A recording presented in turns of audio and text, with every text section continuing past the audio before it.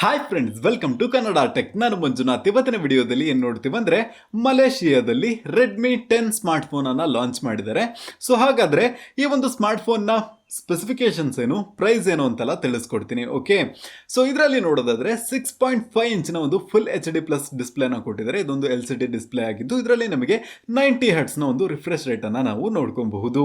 ಇನ್ನು ನೆಕ್ಸ್ಟ್ ಈ ಒಂದು ಸ್ಮಾರ್ಟ್ಫೋನ್ನ ಕ್ಯಾಮ್ರಾನ ನೋಡೋದಾದ್ರೆ 50 ಮೆಗಾ ಪಿಕ್ಸೆಲ್ನ ಒಂದು ಕ್ವಾಡ್ ಕ್ಯಾಮ್ರಾ ಸೆಟಪ್ ಅನ್ನು ಕೊಟ್ಟಿದ್ದಾರೆ. ಬ್ಯಾಕ್ ಸೈಡು ಒಂದು 8 ಮೆಗಾ ಪಿಕ್ಸೆಲ್ನ ವೈಡ್ ಆಂಗಲ್ ಕ್ಯಾಮ್ರಾ, ಇನ್ನೊಂದು 2 ಮೆಗಾ ಪಿಕ್ಸೆಲ್ ಇಂದು ಡೆಪ್ ಸೆನ್ಸರ್ ಅದು ಇದು ಅಂತ ಕೊಟ್ಟಿರ್ತಾರೆ ಹಾಳು ಮೂಳು.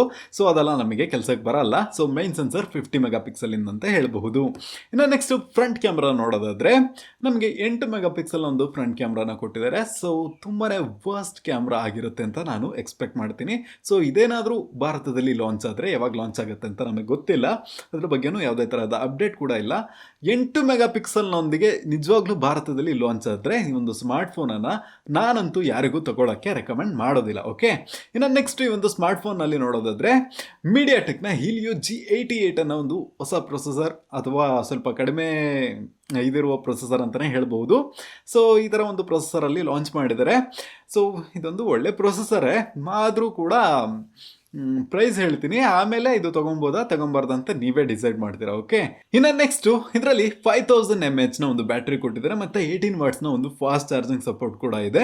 ಇನ್ನು ನೆಕ್ಸ್ಟ್ ಇದರಲ್ಲಿ ಸೈಡ್ ಮೌಂಟೆಡ್ ಫಿಂಗರ್ ಪ್ರಿಂಟ್ ಅನ್ನ ಕೊಟ್ಟಿದ್ದಾರೆ.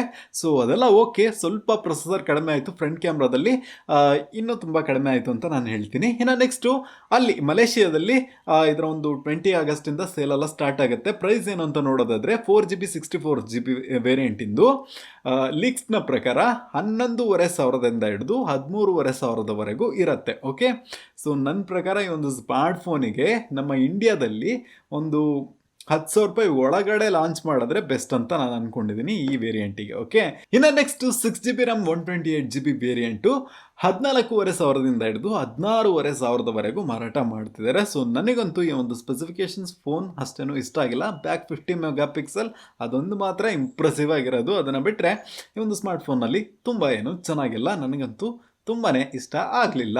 ಸೊ ಈ ಒಂದು ವಿಡಿಯೋ ನಿಮಗೆ ಇಷ್ಟ ಆಗಿದ್ರೆ ಲೈಕ್ ಮಾಡಿ. ನೀವು ಈ ಒಂದು ಸ್ಮಾರ್ಟ್ಫೋನನ್ನು ತಗೋಬೇಡಿ, ಮರಿದ ಚಾನಲ್ಗೆ ಸಬ್ಸ್ಕ್ರೈಬ್ ಮಾಡಿ. ಸೊ ಈ ವಿಡಿಯೋನ ಕ್ಲೋಸ್ ಮಾಡ್ತೀನಿ. ನೆಕ್ಸ್ಟು ನಾಳೆ ನಾನು ವಿಡಿಯೋ ಹಾಕಿದ್ರೆ ಮರಿದ ನೋಡಿ.